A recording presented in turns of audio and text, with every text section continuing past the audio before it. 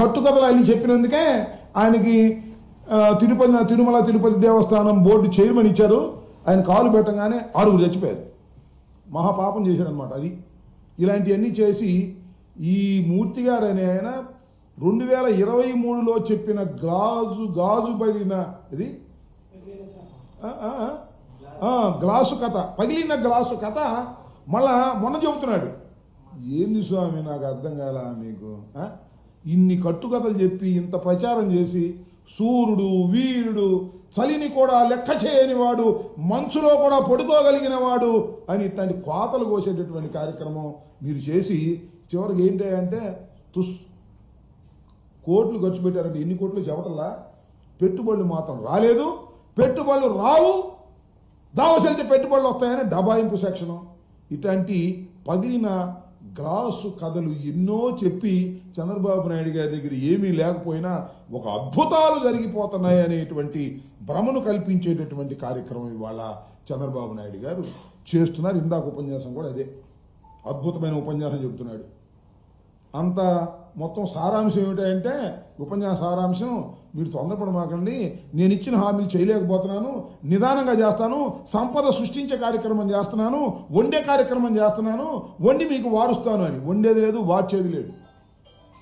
జగన్మోహన్ రెడ్డి గారు అప్పులు చేశాడు, నువ్వు అప్పులు చేయకుండా పరిపాలన చేస్తున్నావా? నువ్వు అప్పులు చేసే పరిపాలన చేస్తున్నావు కదా.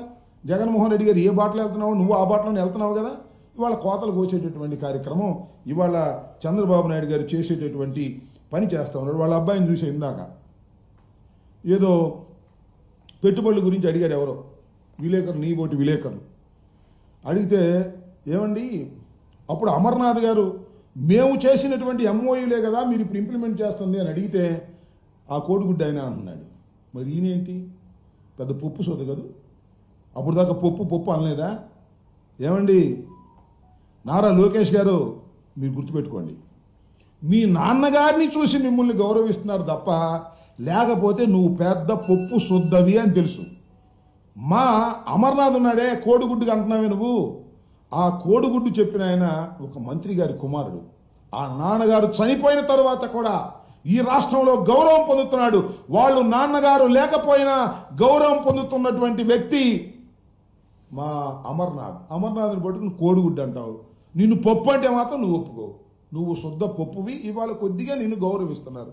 ఎందుకంటే మీ నాన్నగారు నువ్వు చెప్పినట్టే చేస్తున్నారు కాబట్టి, నాకు పదవి కావాలంటే నీకు దండం పెట్టాలి కాబట్టి, నిన్ను గౌరవించాలి కాబట్టి అందరూ నిన్ను గౌరవిస్తున్నారు. ఆ గౌరవం చూసి నిజమని రెచ్చిపోవద్దని కూడా మనవి చేస్తున్నా. ఇందా ఇక్కడ చదివా నేను, ఎర్ర బుక్కు చూస్తే తెలుగుదేశం వైసీపీకి భయమా? ఎందుకు భయం అన్నాడు. నాకేం భయం? నేను ఇప్పుడో చెప్పా తిరుపతి మొన్న మీటింగ్ వెళ్ళినప్పుడు, నీ ఎర్ర బుక్కు నా కుక్క కూడా భయపడదని చెప్పా. Don't care. నీ ఎర్ర బుక్కు భయపడితే అసలు రాజకీయాలు ఎట్లా చేస్తావయ్యా?